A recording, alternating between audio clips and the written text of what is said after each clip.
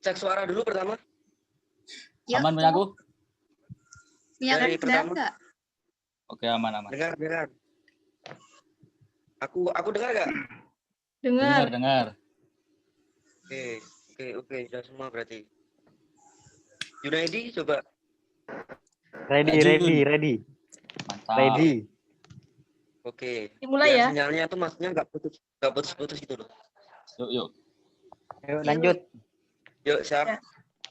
Assalamualaikum warahmatullahi wabarakatuh.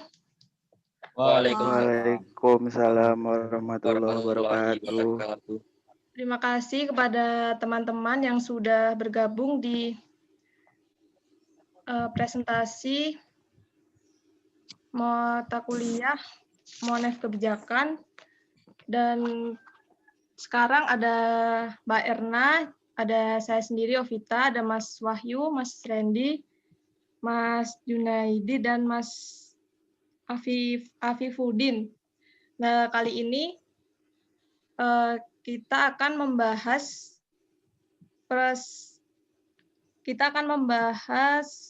persepsi penyandang disabilitas dan stakeholder untuk mempromosikan dan mengembangkan komunitas inklusif di DIY dan Sulawesi Tenggara.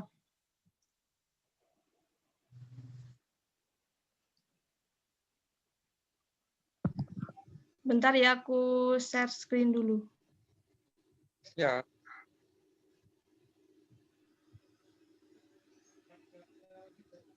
Udah kelihatan ya? Belum ya, teman-teman? Loading bentar. Lagi proses.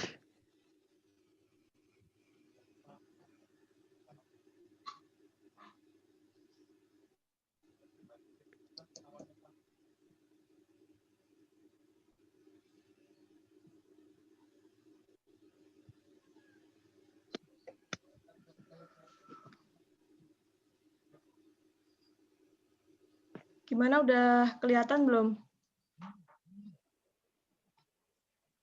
Masih proses. Oke. Udah.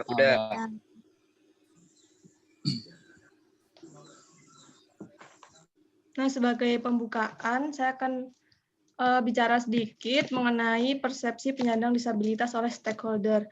Dalam membuat suatu kebijakan, dibutuhkan pengetahuan yang luas mengenai apa itu inklusif agar kebijakan yang dibuat itu sesuai dengan apa yang dibutuhkan dan menjadi kebijakan yang membuat pembangunan menjadi lebih baik. Nah, ini udah ada satu lagi teman kita, Mas siapa sih? Nah, itulah intinya.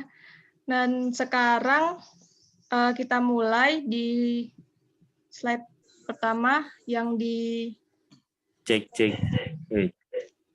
Dari lu. Ya.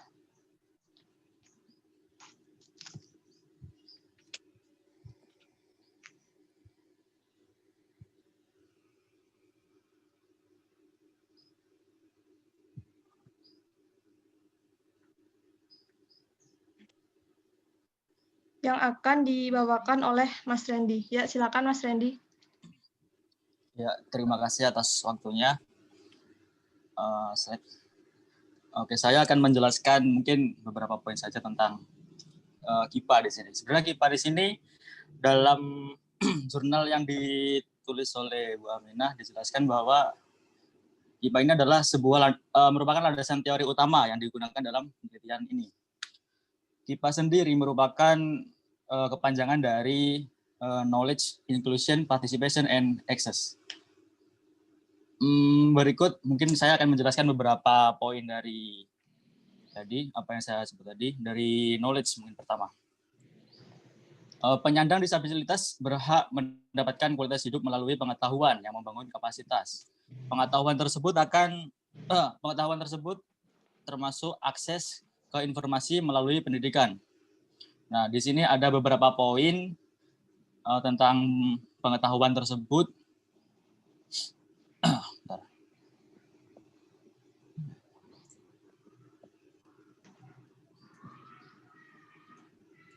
Di sini ada pengetahuan melalui kapasitas. Yang pertama adalah intervensi teknis dan fungsional untuk kemandirian, termasuk menghadiri sekolah dasar, universitas, dan pendidikan kejuruan. Lalu ada poin kedua yaitu analisis krisis dan kesadaran lingkungan untuk kebijakan pengembangan analisis dan kesadaran kritis mempengaruhi pengembangan kebijakan dengan meningkatkan pemahaman tentang faktor yang berkontribusi pada lingkungan bebas hambatan, termasuk akses masyarakat, sikap positif terhadap disabilitas dan hak asasi manusia. Lalu ada manajemen pengetahuan atau sumber daya dan tim lembaga sektoral. Orang yang menyandang disabilitas dan pemangku kepentingannya mengembangkan kapasitas untuk aksi sosial melalui pengembangan keterampilan dan pengalaman dalam pengelolaan pengetahuan dan sumber daya secara partisipatif. Dan untuk koordinasi pendekatan lintas sektor dan multi stakeholder untuk pembangunan. Lalu ada koordinasi dan aksi sosial di mana partisipasi merupakan prinsip utama. Dan yang kedua, saya akan menjelaskan tentang inclusion.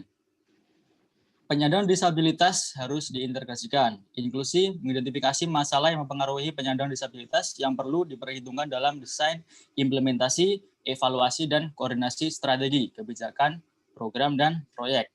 Aspek utama dari inklusi ini ada 4. Yang pertama, bekerja pada isu penting untuk penyandang disabilitas. Lalu yang kedua ada strategi untuk mempromosikan partisipasi yang efektif yang ditemukan sebagai dimensi anti proses pengambilan keputusan organisasi pembangunan dan strategi pembuatan kebijakan. Lalu yang ketiga ada penyandang disabilitas dan DPO pekerjaan untuk memberikan keahlian dalam perencanaan pembangunan, pemrograman, dan evaluasi.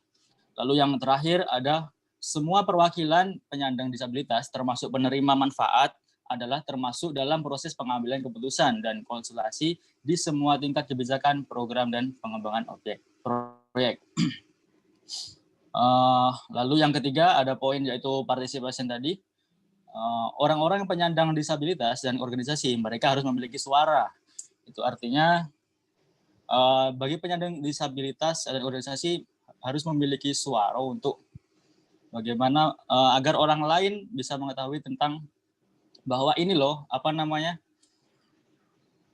disabilitas itu juga memiliki hak-hak dalam bersuara, seperti itu penjelasannya. Di sini juga ada beberapa poin. Yang pertama, penyandang disabilitas dan organisasi masing-masing diwakili dalam keputusan yang mempengaruhi kehidupan mereka dan komunikasi mereka. Lalu yang kedua, strategi untuk mempromosikan partisipasi yang efektif ditetapkan sebagai dimensi inti dari proses pengambilan keputusan organisasi.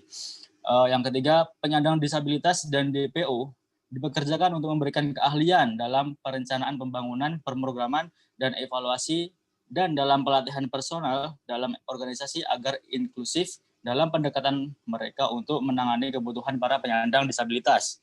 Dan yang terakhir, semua perwakilan penyandang disabilitas termasuk penerima manfaat adalah termasuk dalam proses pengambilan keputusan dan konsultasi di semua tingkat kebijakan program dan pengembangan proyek. Dan lalu ada yang keempat, yaitu poin akses. Orang-orang penyandang disabilitas harus visible atau terlihat. Mungkin dalam bahasa ini ya. Aspek utama dari akses termasuk memastikan layanan dan program yang dikembangkan oleh untuk dan dengan penyandang disabilitas mencapai jumlah maksimum. Lalu ada lingkungan bebas hambatan dicapai melalui sikap positif terhadap disabilitas dan komunikasi yang dapat diakses dan lingkungan binaan. Mungkin seperti itu penjelasan sedikit dari apa itu KIPA. Tapi di sini juga dijelaskan dalam jurnal poin intinya dari KIPA sendiri. Mungkin dari knowledge itu merupakan persepsi diri dan lingkungan yang positif. Lalu inclusion merupakan sebagai penciptaan kepedulian. Participation adalah pembinaan persahabatan dan persaudaraan. Lalu akses, pengurangan hambatan atau akses. Mungkin seperti itu penjelasannya. Terima kasih. Saya kembalikan kepada moderator. Ya, terima kasih kepada Mas Randy yang sudah menyampaikan materi tentang KIPA. Untuk selanjutnya, profil responden. Kepada Mas Wahyu dipersilahkan. Oke, terima kasih. Selanjutnya yaitu profil responden. Profil responden di sini yaitu dibagi, yaitu ada yang pertama yaitu jumlah penyandang disabilitas. Penyandang disabilitas di sini dibagi menjadi 6 kelompok. Yang pertama yaitu disabilitas atau urung bicara, yang ketiga yaitu disabilitas daksa, yang keempat yaitu disabilitas mental, yang kelima yaitu disabilitas ganda, dan yang keenam yaitu disabilitas eks penyakit kronis. Nah, jumlah disabilitas yang ada di kota daerah istimewa Yogyakarta, terutama yaitu di Bantul dan kota Kendari, Sumatera, yaitu berbeda-beda. Bentar, ada tamu coy. Iya Mbak.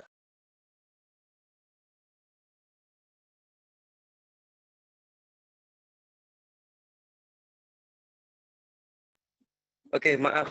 Tadi ada tamu sebentar ya. Oke, saya ulangi lagi.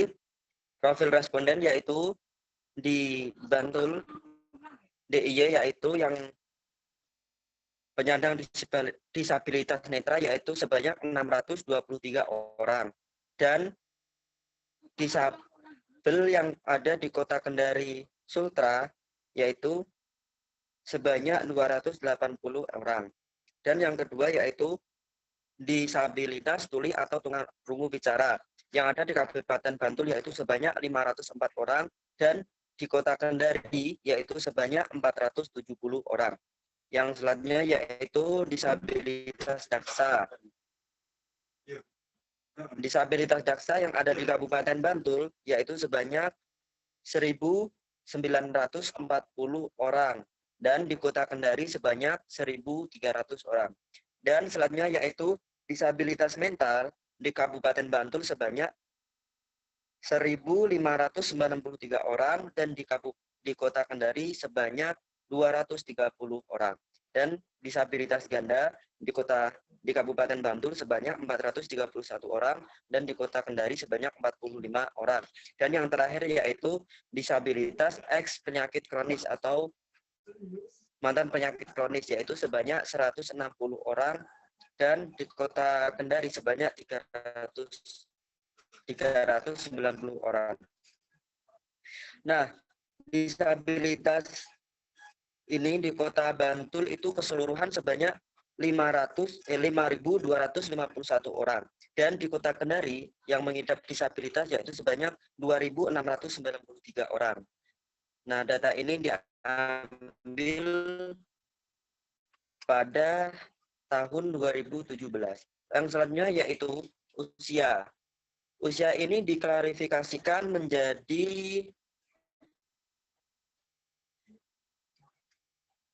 6 kategori, yaitu yang pertama yaitu usia anak-anak, dan yang ketiga yaitu usia 26 sampai 40 tahun, yang keempat usia 41 sampai 55 tahun, dan usia yang kelima yaitu 56 sampai 60 tahun, dan yang usia yang terakhir yaitu usia 65 tahun sampai tidak terbatas lagi.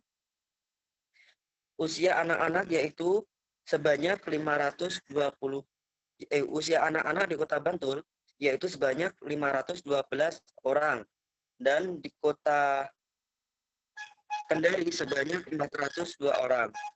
Dan disabilitas di usia 19 tahun sampai 25 tahun di Kota Bantul yaitu sebanyak 889 orang, dan di Kota Kendari sebanyak 896 orang. 26 hingga 40 tahun yang ada di Kabupaten Bantul yaitu sebanyak 1.325 orang, dan di Kota Kendari sebanyak 485 orang. Selanjutnya yaitu di 1 tahun yang ada di Kabupaten Bantul dan di Kota Kendari sebanyak abilitas yang berusia 56 hingga 60 tahun yang ada di Kabupaten Bantul yaitu sebanyak 987 orang dan yang ada di Kota Kendari sebanyak 259 orang.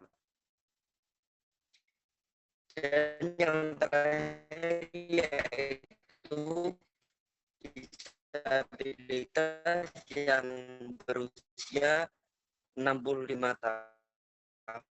tahun ke atas hingga tidak terhingga yaitu di Kabupaten Bantul sebanyak 433 orang dan yang ada di Kota Kendari sebanyak 253 orang.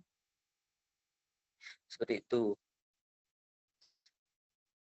Dan selanjutnya yaitu berdasarkan jenis kelamin. Nah, berdasarkan jenis kelamin ini yang berada di Kabupaten Bantul yaitu lebih sebanyak 7.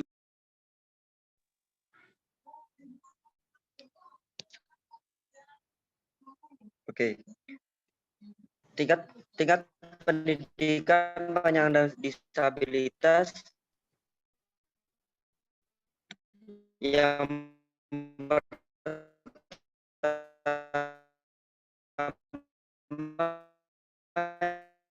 yaitu tidak sekolah. Betul, itu sebanyak 15%, sebanyak 19%. Dan selanjutnya yaitu tamatan SD di Kabupaten Bantul sebanyak 29% dan di Kota Kendari sebanyak 26%. Selanjutnya yaitu tamatan SMP yang berada di Kabupaten Bantul sebanyak 26% dan di Kota Kendari sebanyak 28%. Yang tamatan SMA yang berada di Kota Bantul yaitu sebanyak 25% dan yang ada di Kabupaten Kendari yaitu sebanyak 25% juga. Dan selanjutnya yaitu tamatan PT atau yang dulunya sudah bekerja itu sebanyak di Kota Kendari sebanyak 2%. Oke, selanjutnya yaitu disabilitas menurut pekerjaan. Ini dibagi menjadi 6 kelompok. Yang pertama yaitu Kota Kendari sebanyak 41%. Selanjutnya yaitu yang sudah menjadi pelajar atau mahasiswa itu di Kota Bantul sebanyak 19% dan di Kota Kendari sebanyak 13%. Dan selanjutnya yaitu yang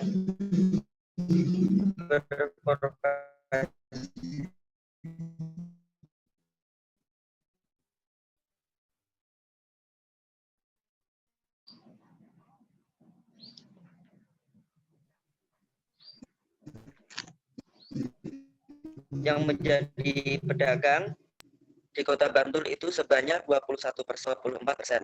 Selanjutnya yaitu yang menjadi wira swasta di Kota Bantul itu sebanyak 18% dan di Kota Kendari sebanyak 17%. Selanjutnya yaitu disabilitas menjadi guru dan di Kota Kendari sebanyak 2%. Nah, selanjutnya yaitu yang menjadi LSM atau di NGO yaitu di Kota Bantul sebanyak 6%. Selanjutnya yaitu kondisi ekonomi atau penghasilan penyandang disabilitas.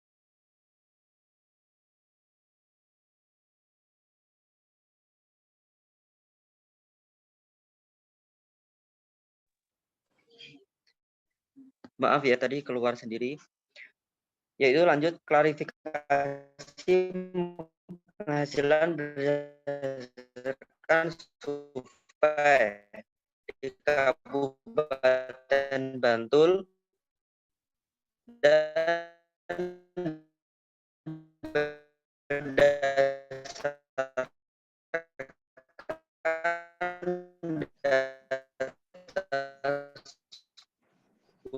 data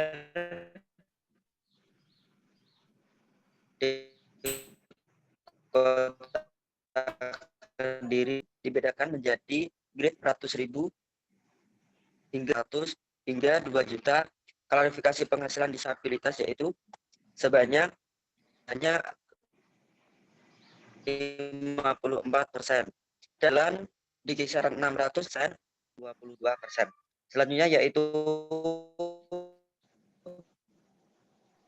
penghasilan di kisaran Kabupaten Bantul dan di Kota Kendari sebanyak 21%. Di 20 penghasilan sekitar 2.100.000 hingga 3 juta. Di Kabupaten Bantul sebanyak 6% dan di Kota Kendari sebanyak 3%. Selanjutnya yaitu keterlibatan dalam organisasi. Nah, keterlibatan dalam organisasi ini semakin banyaknya jumlah penyandang disabilitas diiringi dengan pencampurnya organisasi bentukan LSM, sehingga jika setiap tahun itu penyandang disabilitas itu semakin meningkat, semakin bertambah, sehingga LSM, dan NGO yang ada di tempat tersebut itu semakin banyak. Dan organisasi yang menyambut di Kabupaten Bantul yaitu sebagai berikut. Yang pertama yaitu Forum Penyandang Disabilitas Bantul dan DBO atau Difabel People Organization, yaitu yang berada di 17 kecamatan. Dan yaitu P3J atau yang disebut Paguyuban para pergi Yogyakarta dan PB.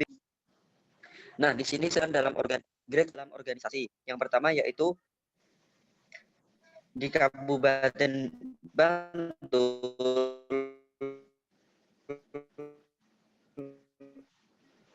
itu yang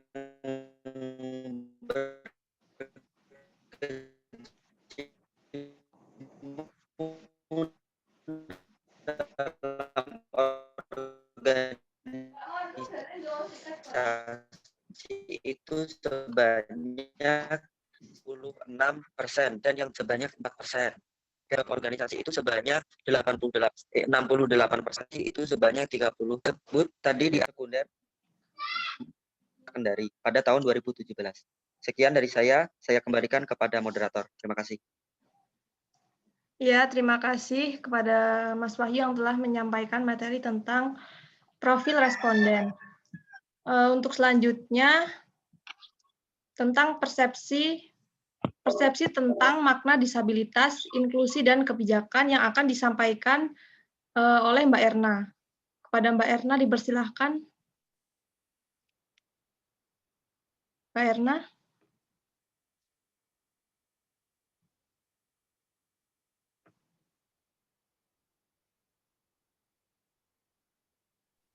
Oh ya, oke. Sudah bisa didengar? Sudah, Mbak. Oke, baiklah.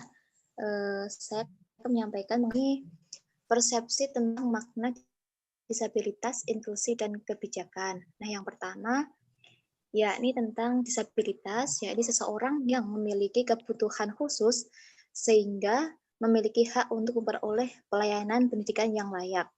Nah, ini merupakan pendapat dari salah satu kepala sekolah yang berada di Kota Kendari. Nah, jadi di sini disabilitas di sini adalah seseorang yang memiliki hak untuk mendapatkan pelayanan yang khusus terkait dengan kondisi yang mereka alami. Jadi penyandang disabilitas memiliki hak untuk mendapatkan pelayanan yang baik, yang istilahnya ramah, sehingga mereka mampu berkembang sesuai dengan diri mereka tanpa merasa mereka itu dibedakan dari orang-orang lain seperti itu. Nah, kemudian inklusi, yakni penggabungan antara dua sekolah yang umum dan sekolah untuk penyandang disabilitas. Nah, di sini masih terdapat beberapa stakeholder yang belum mengetahui makna inklusi. Jadi di Kendari dan juga di Jogja sendiri masih terdapat beberapa stakeholder yang belum paham mengenai inklusi. Nah, di sini mereka mengartikan bahwa inklusi merupakan penggabungan antara dua sekolah, yakni sekolah umum dengan sekolah khusus. Nah, tetapi di daerah Sulawesi sendiri belum terdapat sekolah khusus yang menampung atau dikhususkan untuk penyandang disabilitas. Oleh karena itu, di setiap sekolah itu mereka jika ada penyandang disabilitas yang ingin masuk di suatu sekolah, mereka dipersilahkan. Akan tetapi mereka juga memberikan pelayanan khusus terkait dengan orang tersebut. Jadi misalkan tentang frekuensi belajarnya ataupun fasilitasnya mereka dibedakan atau diberikan kelonggaran untuk bisa mendapatkan pelayanan yang baik terkait dengan disabilitas. Nah, di sini ada juga stakeholder yang belum tahu tentang disabilitas inklusi, karena istilah ini masih jarang didengar oleh kalangan awam, sehingga masih banyak orang yang belum tahu tentang inklusinya. Oleh karena itu, di sini yang dinamakan dengan inklusi adalah hubungan antara individu atau organisasi yang di mana seseorang memiliki rasa hormat atau respek dan mutualitas dan belas kasih sayang terhadap seseorang penyandang disabilitas. Nah, oleh karena itu perlu kiranya pemahaman dengan inklusi dan juga disabilitas terhadap stakeholder. Nah, mungkin itu saja yang saya sampaikan terkait dengan persepsi stakeholder terhadap disabilitas dan juga inklusi. Waktu saya kembalikan kepada moderator.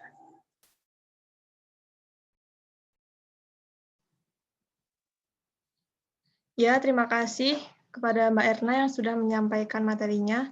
Untuk selanjutnya, tentang dukungan kebijakan dalam program yang akan disampaikan oleh Mas Afifuddin.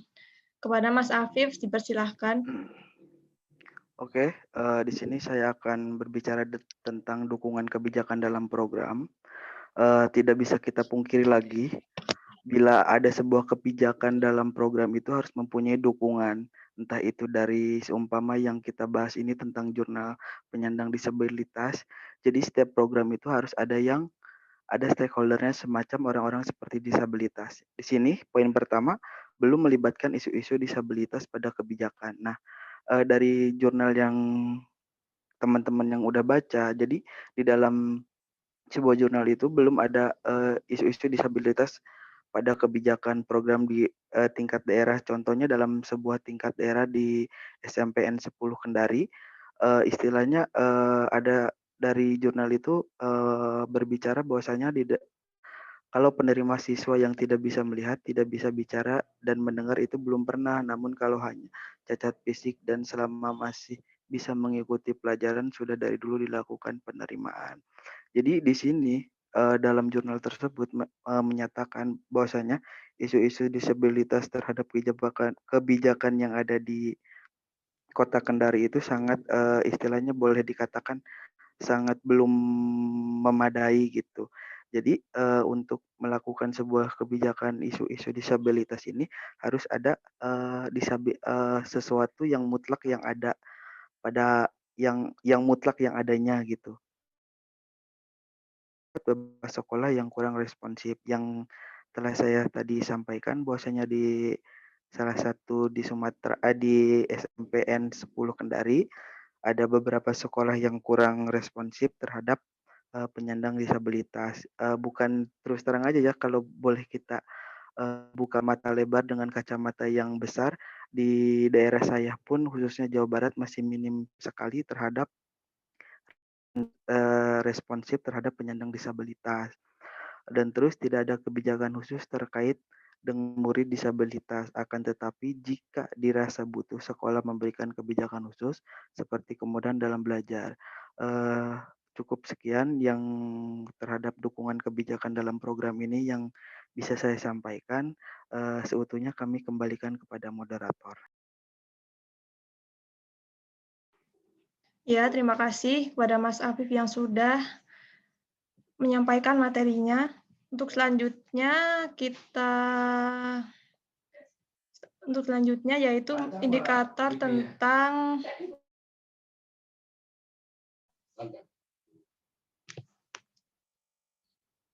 untuk selanjutnya indikator MONEF yang akan disampaikan oleh Mas Junaidi. Kepada Mas Junaidi dipersilahkan. Ya, baik. Saya akan menyampaikan atau meneruskan indikator MONIF. Jadi di sini yang poin pertama itu ada akses untuk mendapatkan mengembangkan sharing pengetahuan dari dan bagi penyandang disabilitas sehingga mampu membangun kapasitas. Jadi seperti apa yang telah disampaikan oleh teman-teman tadi, ketika berkecimpung dalam sharing pengetahuan dan juga akses memadai tentang tentang fasilitas yang ada akan membangun kapasitas. Yang kedua itu terintegrasikan penyandang disabilitas dalam perumusan pelaksanaan, monitoring dan evaluasi program maupun kebijakan. Ketiga, penyandang disabilitas terlibat dalam berbagai hal dan mendapatkan perlakuan yang ramah. Yang terakhir, penyandang disabilitas harus visible, terlihat sehingga ia tidak terkucilkan oleh orang lain. Jadi di sini yang dapat kita ambil itu yang poin terakhir itu harus visible, orang-orang yang disabilitas itu harus terlihat, harus terpandang agar mempunyai ruang dan juga tidak terkucilkan oleh orang lain. Dan juga tersambung ke poin yang kedua itu akan ketika ada program yang tidak yang tidak masuk terhadap di disabilitas itu akan memungkinkan untuk masuk gitu, menciptakan suatu kebijakan yang ramah terhadap disabilitas. Itu yang dapat saya sampaikan untuk indikator MONIF. Selebihnya saya kembalikan kepada moderator. Ya, terima kasih kepada Mas Junaidi yang sudah menyampaikan materinya. Untuk selanjutnya mungkin Mas Maulana Syafaat bisa menyampaikan kesimpulan dari materi yang disampaikan. Silahkan. Oke, baik. Bismillahirrahmanirrahim. Assalamualaikum warahmatullahi wabarakatuh. Yang pertama, Waalaikumsalam warahmatullahi wabarakatuh. Sebelumnya mohon maaf tadi juga di awal agak telat ditinggal sholat. Mohon maaf. Langsung saja terkait apa yang sudah disampaikan oleh teman-teman dan juga khususnya pada presentasi sore hari ini, yang mana dalam jurnal yang kita dalami ataupun yang kita pelajari terkait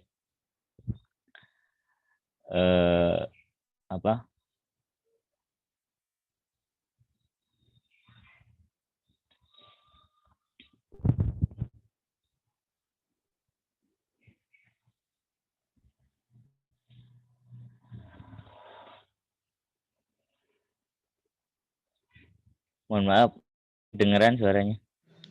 Kedengeran. Kedengeran. Oke.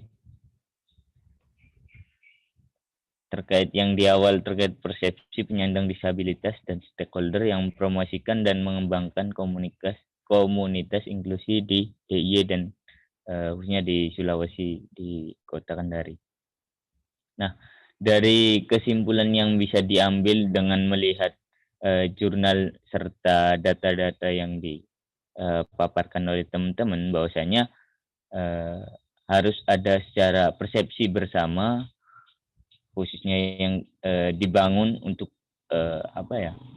penyandang disabilitas serta stakeholder yang terkait, khususnya kebijakan, terus juga pembuat kebijakan program untuk penyandang disabilitas, yang mana hal itu yang bisa menentukan pola-pola yang untuk mengembangkan secara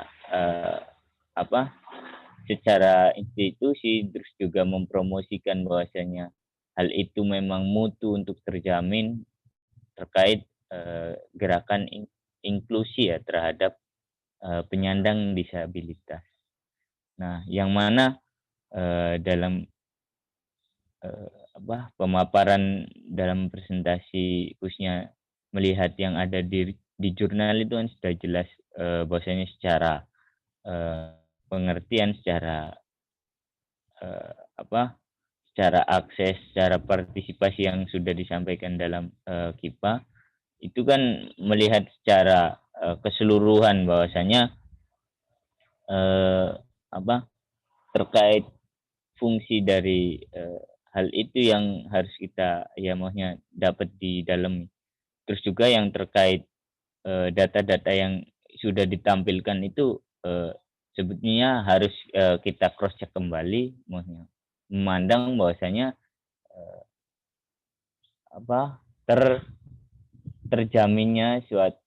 terjaminnya penyandang disabilitas di sini yang mana harus lebih diutamakan kembali. Nah, karena sasarannya kan sudah jelas. Persoalan nanti ada kebijakan yang memang mengatur sedemikian rupa dan juga kebijakan yang secara terkhusus untuk penyandang disabilitas. Artinya tidak mengucilkan bahwasanya keterbelakangan. Jadi kita harus menghadirkan juga sebetulnya terkait hal-hal yang memang itu khusus seberapa jauh mana gitu loh keterlibatan penyandang disabilitas dalam pemberian program khususnya di pemerintahan DIY sama Kota Kendari. Artinya respon yang dihadirkan ini kan sangat signifikan sebetulnya. Cuman cara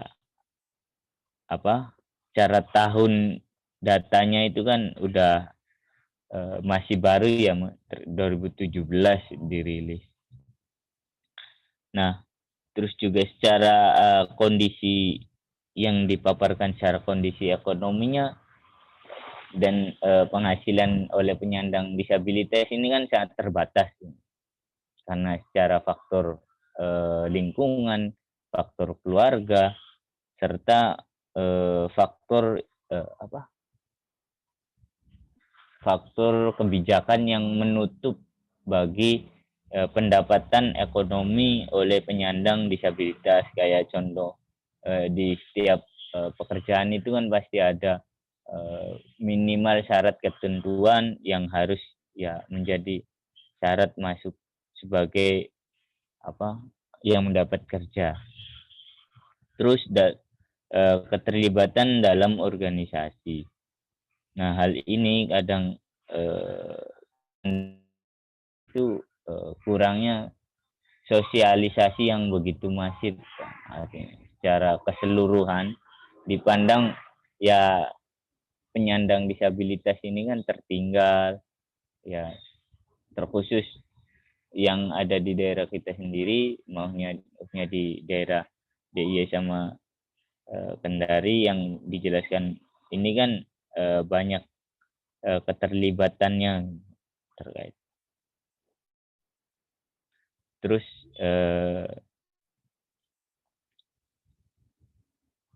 secara yang sudah sampai saat ini dukungan terkait kebijakan dalam program penyandang disabilitas itu kan sebetulnya yang harus digagas lebih dimasifkan lagi kan terkait promosi ya, mempromosikan.